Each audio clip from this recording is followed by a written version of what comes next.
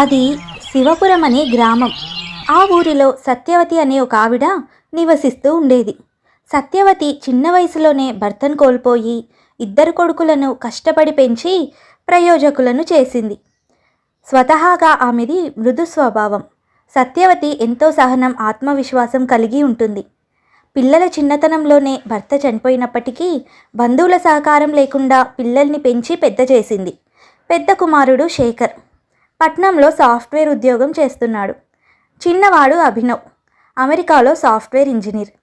సత్యవతి సంవత్సరంలో కొన్నాళ్ళు తమ ఊరిలో ఉంటుంది.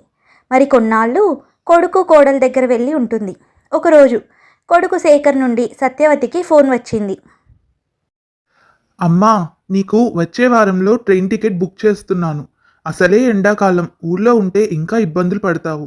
ఈసారి కొన్నాళ్ళు ఎక్కువ ఉండేలా బట్టలు సర్దుకొని రామ్మా. అని అంటాడు శేఖర్. అందుకు సరే అని చెప్పి ఫోన్ పెట్టేస్తుంది సత్యవతి. సత్యవతి మొదటి నుండి కూడా కొడుకు దగ్గరికి ప్రయాణం అంటే ఏమీ అనదు, కానీ ముభావంగా ఉంటుంది. అనిత శేఖర్ భార్య. తను కూడా సాఫ్ట్వేర్ కంపెనీలో పనిచేస్తుంది. 3 రోజులు ఆఫీస్కి వెళ్తుంది, 2 రోజులు ఇంట్లో నుండి పనిచేస్తుంది. అనిత శేఖర్లకు 2 పిల్లలు. ఒకరోజు రాత్రి భోజనాలయ్యాక గదిలోకి వచ్చి భర్త శేఖర్తో అనిత ఇలా అంటుంది. అత్తయ్య గారికి ఇక్కడికి రావటం ఇష్టం లేనట్టుందండి. నేను ఎంత బాగా చూసుకుంటున్నా ఆవిడ ఇక్కడ ఉన్నన్ని రోజులు ఏదో కోల్పోయినట్టుగానే ఉంటున్నారు. అదేమీ లేదులే, నువ్వు అన్నీ ఎక్కువగా ఆలోచిస్తున్నావు. కొడుకు కోడలు మనవళ్ళ దగ్గరికి రావటానికి అమ్మకి ఎందుకు ఇష్టం ఉండదు చెప్పు. సరే, రేపు నాకు ఆఫీస్లో మీటింగ్ ఉంది, త్వరగా వెళ్ళాలి. నువ్వు నిద్ర లేచినప్పుడు నన్ను కూడా లేపు అని వెంటనే నిద్రలోకి జారుకున్నాడు శేఖర్. కొడుకుల పెళ్ళిళ్ళు అయ్యాక చీటికి మాటికి వాళ్ళ సంసారాల్లో జోక్యం చేసుకునేది కాదు సత్యవతి. బంధువర్గంలో కూడా సత్యవతికి మంచి గౌరవం ఉంది. ఎవరినీ నొప్పించదు. భర్త లేకపోయినా పిల్లల్ని క్రమశిక్షణతో చక్కగా పెంచింది. అలా కొన్నాళ్ళు గడిచాయి. సత్యవతి ప్రయాణం రోజు రానే వచ్చింది. సాయంత్రం ట్రైన్ ఎక్కితే తెల్లవారి హైదరాబాద్లో దిగింది. శేఖర్ ప్లాట్ఫామ్ మీదనే బోగి ఆగిన చోట ఎదురుగ్గా నించొని కనిపించాడు. ప్రయాణం అంతా బాగా జరిగింది కదమ్మా అంటూ తల్లిని పలకరించి ఇంటికి తీసుకొని వెళ్ళాడు. ఇంట్లోకి వెళ్ళగానే అనిత ఎదురొచ్చి రిసీవ్ చేసుకుంది. కాస్త ఫ్రెష్ అప్ అయి రండత్తయ్య, కాఫీ ఇస్తాను అంది అనిత. కాఫీ తాగి నిదానంగా స్నానం చేసి దేవుడి దగ్గర దీపం పెట్టుకుంది సత్యవతి. తర్వాత కిచెన్లోకి వచ్చింది.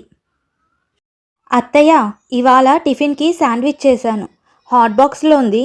టిఫిన్ తిని రెస్ట్ తీసుకోండి. నేను ఆఫీస్ వర్క్కి లాగిన్ అవ్వాలి. 1 గంట తర్వాత ఫ్రీ అవుతాను, అప్పుడు వంట స్టార్ట్ చేస్తాను అని హడావిడిగా చెప్పి గదిలోకి వెళ్ళిపోయింది అనిత. శేఖర్ ఆ రోజు ఆఫీస్కి వెళ్ళాలని తయారవుతున్నాడు. అమ్మా, నేను లంచ్కి రాలేను, నా కోసం వెయిట్ చేయొద్దు. ఆఫీస్లో ఈరోజు చాలా మీటింగ్స్ ఉన్నాయి అని చెప్పి వెళ్ళిపోయాడు శేఖర్. సత్యవతికి ఆ శాండ్విచ్లు, మ్యాగీలు అలాంటివి తినడం ఇష్టం ఉండదు. అయినా ఇక చేసేదేమీ లేక బలవంతంగా తినేసి తన కోసం ఏర్పాటు చేసిన గదిలోకి వెళ్ళింది. పుస్తకం చదువుతూ అలాగే నిద్రలోకి జారుకుంది. కుక్కర్ విజిల్ శబ్దానికి నిద్ర లేచింది.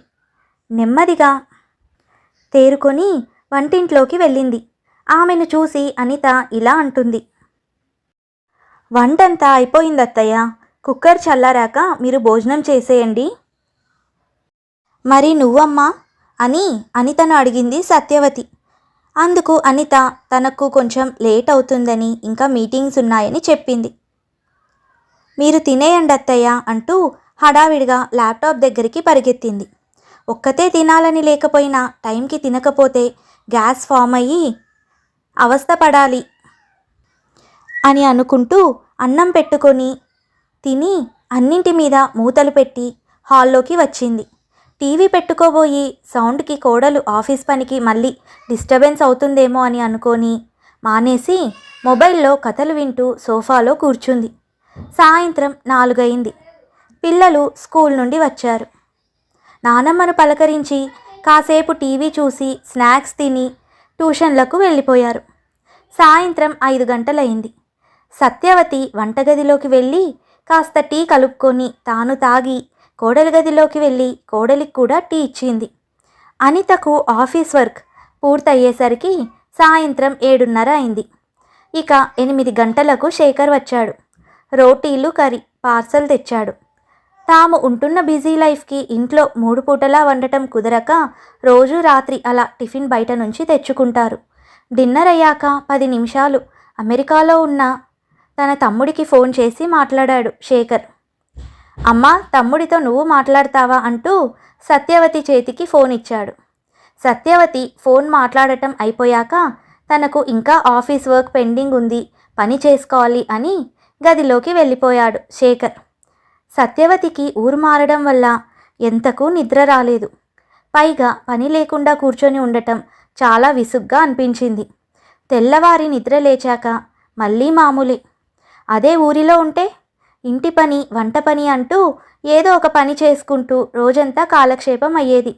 సమయం దొరికితే వెళ్ళి ఇంటి బయట అరుగు మీద కూర్చుంటే చుట్టుపక్కల వాళ్ళు, వచ్చిపోయేవాళ్ళు పలకరింపులతో సమయం గడిచిపోయేది. కానీ పట్టణంలో ఆ పరిస్థితి లేదు. ఎవరి పనుల్లో వాళ్ళు బిజీగా ఉంటారు.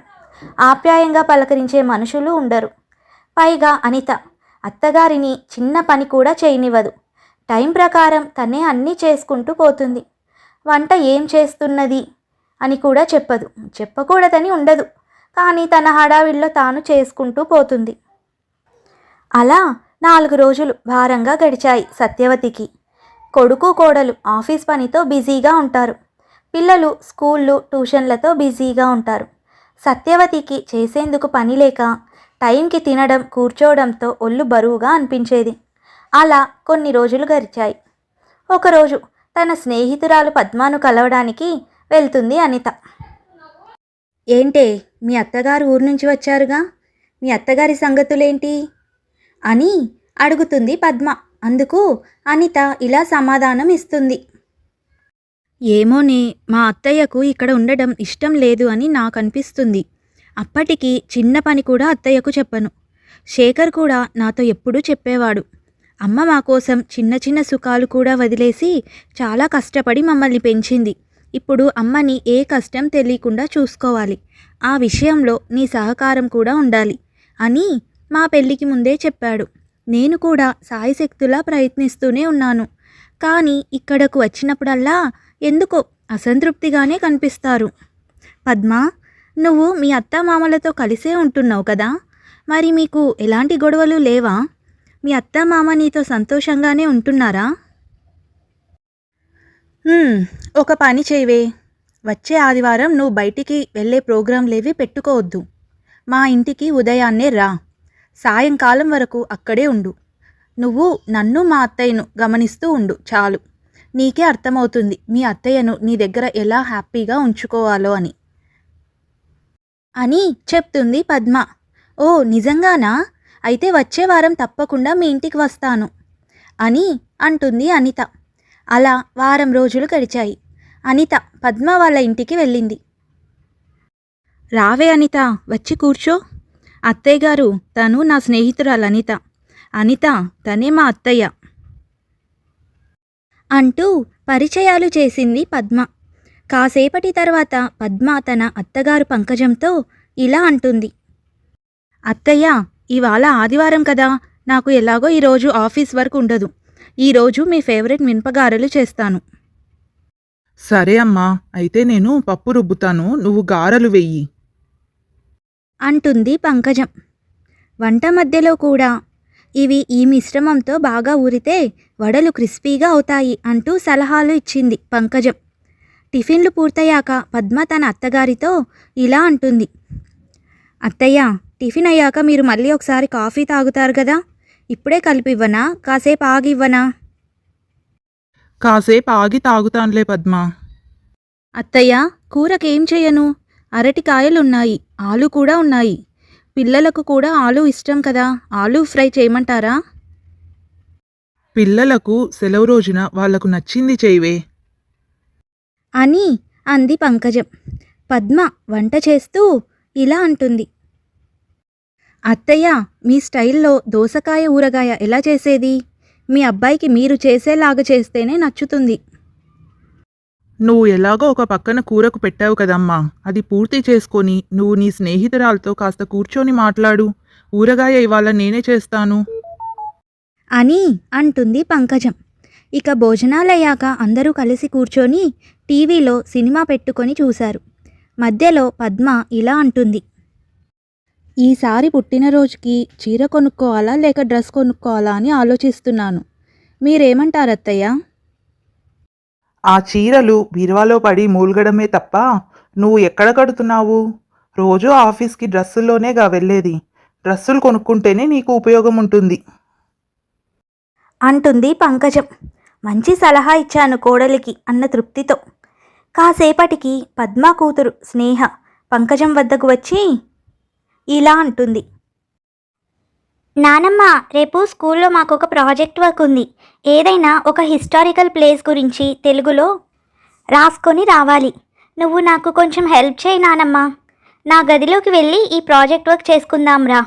నువ్వు నాకు చెప్తూ ఉంటే నేను రాసుకుంటాను అంటూ మనవరాలు తన గదిలోకి తీసుకెళ్తుంది.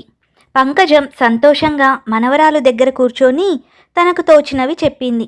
అలా సాయంత్రం అయ్యింది. అనిత, పద్మ గదిలో కూర్చొని ఉన్నారు. నేను నిజంగా నీకు థ్యాంక్స్ చెప్పాలి పద్మ అని అంటుంది అనిత. థ్యాంక్స్ సరేలేవే, ఉదయం నుండి నన్ను మా అత్తగారిని చూస్తున్నావుగా, నీకు ఏమర్థమైందో చెప్పు. నువ్వు నేను ఇద్దరము పని చేస్తాము, కానీ నువ్వు అన్నీ మీ అత్తయ్యను అడిగి చేస్తావు. నేను రోజు అదే టిఫిన్ అదే వంట రొటీన్గా చేసుకుంటూ వెళ్తాను. అత్తయ్యను అడగాలి అని నాకు తట్టదు. అడగటం అనేది వాళ్ళ పర్మిషన్ కోసం కాదు అనిత, వాళ్ళను కూడా ఇందులో ఇన్వాల్వ్ చేయడం అన్నమాట. ఇంతకాలం వాళ్ళు ఇంటి బాధ్యత అంతా మోసారు.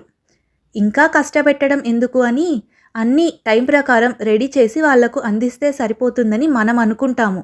కానీ వాళ్ళేమో కోడలు తమతో సరిగ్గా మాట్లాడదని, తమను పట్టించుకోవట్లేదని అనుకుంటారు. అదే మనం ఏదైనా పని చేసేటప్పుడు వాళ్ళను అడిగి చేశామంటే మన చాయిస్నే ఇష్టంగా ఫీల్ అయ్యి అదే చేయమంటారు. ఈరోజు చూసావుగా, గారెలైనా ఆలు కూరైనా డ్రెస్ గురించైనా నేను చేసేదే ఆమె ఇష్టపడింది కదా.